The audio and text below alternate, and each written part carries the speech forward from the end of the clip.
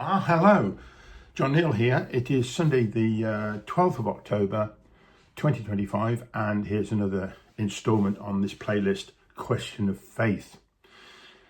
Well, now we've kicked off on this little playlist, I thought I'd come clean and tell you exactly what my position is, what faith group it is. I'm a member of the Baha'i faith, as my wife is. We became Baha'is about 40 years ago now. And we were just sort of led to this point. We were searching around a bit, particularly when we had the children. I think that's a time in life when you start to question your own spirituality, your own existence as a human being. And that led us bit by bit through various authors to become Baha'is. Let me tell you a little bit about it. I'll only say a little bit because there are some introductory videos which are probably far better to look at than what I could say now, but I'll give you a very brief starter for it.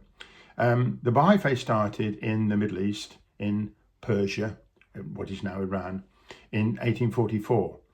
And the founder essentially was Baha'u'llah. Now, Baha'u'llah was of a noble birth, but he soon rejected that lifestyle and taught that he was a messenger of God for this age. And then bit by bit, the faith grew, and up to date now, there are Baha'is in every country in the world. I'll give you, maybe not North Korea, you know what that's like. And it covers a lot of different ethnic groups as well, over 2,100 different ethnic groups. The writings of Baha'u'llah have been translated into 800 different languages, so it's really quite widespread. Somebody commented earlier about disunity in the world. That's exactly what the Baha'i faith is fighting against. It's fighting for unity.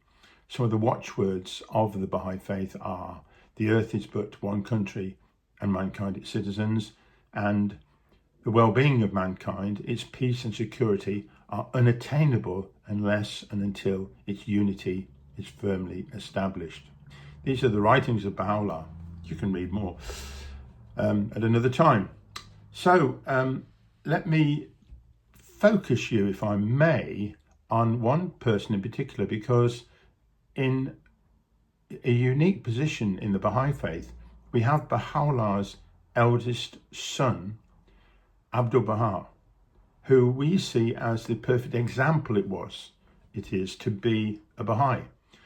So in his later life, because the whole family were in prison for a long time and ended up going to or exiled into various places in the Middle East, and ended up in Palestine, in Akka and the Holy Land. So their position for being there was not of their choosing, they were exiled there. And when the Ottoman Empire finally was dissolved in the time around the First World War, it began to grow more so and gave Abdu'l-Baha in his 60s the opportunity to travel and teach. And he was such an inspiration. And I think if I start talking about quotes and principles and all this sort of stuff, yeah, they're all there. But Abdu'l-Baha exemplified those. So we see him as, we call him the perfect exemplar of what it was to be a Baha'i, to follow his father's teachings. So I'm going to leave you with a link down below of actually two quite long videos of his Abdu'l-Baha's travels, both in Europe and in America. He came to Britain. In fact, here's a little snippet for you. At some point, he came from America. This is way back in 1912, 1911, 1912, when he traveled. And he came back from America to Britain, and he will have come to Liverpool and then took the train down to London, which goes through Nuneaton. So we have a special connection that he passed through this area as much as we can get. But the story of Abdu'l-Baha is absolutely wonderful. And when we first became Baha'is, we read a number of books outlining the wonderful nature and the extreme loving and caring and eloquent and educated man that was Abdu'l-Baha. And it's an example very difficult to live up to.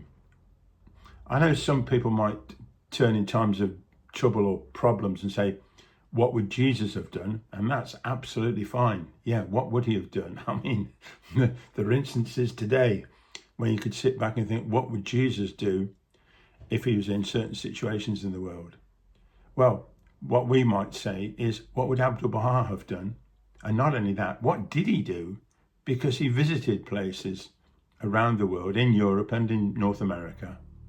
And his example of the way he behaved was just unbelievable. It's a great inspiration.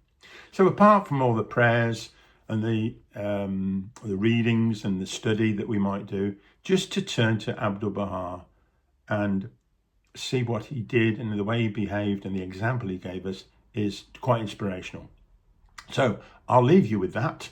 And if you do manage to get a little snippet into these videos, all well and good. And I'd love to hear what your reaction might be. So please comment down below. Okay, that's it for now then. Thank you very much. Bye-bye.